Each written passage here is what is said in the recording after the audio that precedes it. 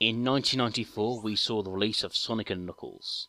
It was the second half of Sonic 3 and also the last game in the classic 2D series. 16 years later we were finally treated to the long-awaited and yet still unexpected sequel. Viewers, I present you with Sonic 4 the Hedgehog, Episode 1. You might wonder if this presumptuous game can live up to such a sacred and perfect legacy as the classic Sonic games, but there's only one way to find out. Hey, a save feature, already off to a great start. Granted, if you want more than one save file, you have to create a new user account, but still. That's an issue with PS3 in general, to be honest. And just looking at this game now, I just have to say that I was immediately struck with the wonderfully retro style and design of this game. It looks practically a perfume-soaked love letter to the past. It looks exactly like a 16-bit game, it's wonderful. There are more squares here than the cubics playing a Rubik's Cube in a Minecraft mod. Also great to see a Sonic game open with a Green Hill type level.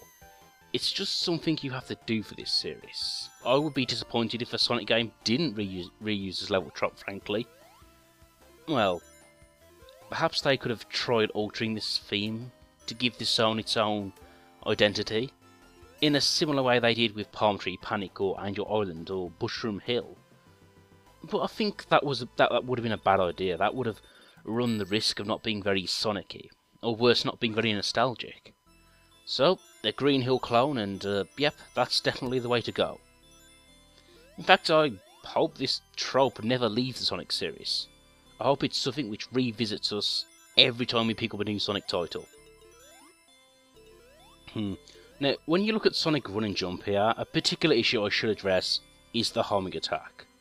It was a move that was introduced in Sonic Adventure properly, and yet the whole idea of that attack was to replicate the feeling of bopping on enemies, something which they thought would be very difficult to replicate in a 3D environment. And yeah, that move later evolved into just another way of gaining speed, but I would say it's definitely a move needed for 3D. But 2D, now that's a different story. And, well, as you can see for yourself, the homing attack doesn't appear to be in this game. It's as absent as a schoolboy who took a shortcut through the porn and cigarettes factory. It's gone. And frankly, I'm glad. It could have been so easily be a crutch for the level designers. They really could have ended up putting a homing attack chains all over the place. And the level design would have suffered for it. I could easily imagine a scenario where the player is attacking the same type of enemy over and over again in endless chains. And frankly, that's something I'm glad we avoided. The special stages are a loyal remake of the ones from Sonic 1. I never really care for any special stages, to be honest, but at least the ones from the first game weren't too offensive. Although I never really got over their dishonesty, really. Those red circles did have the word goal written on them. Why would you do that? Why would you lie? It was like finding out about Father Christmas all over again. He had the word goal written on him as well. There is something I do like about the Sonic 1 special stages, however. And it's something which disappeared as the series went on, and as the special stages changed. And that's its dreamlike quality.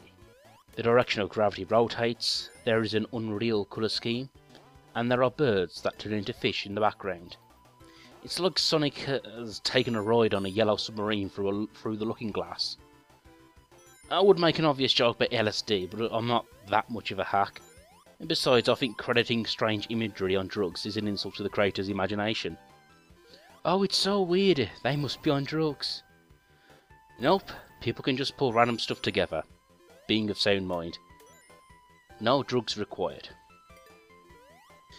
You know, something I really do have to praise this game for is its wonderful physics. I mean, they really are good. They truly capture the momentum of the classics.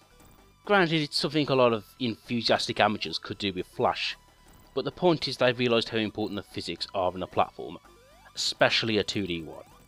And they made that effort to make them feel as close to the old games as possible, because they realised the physics in the classic series weren't great because they were the physics in the classic series, but it was the other way around. The physics were so good that they helped make those games become classics.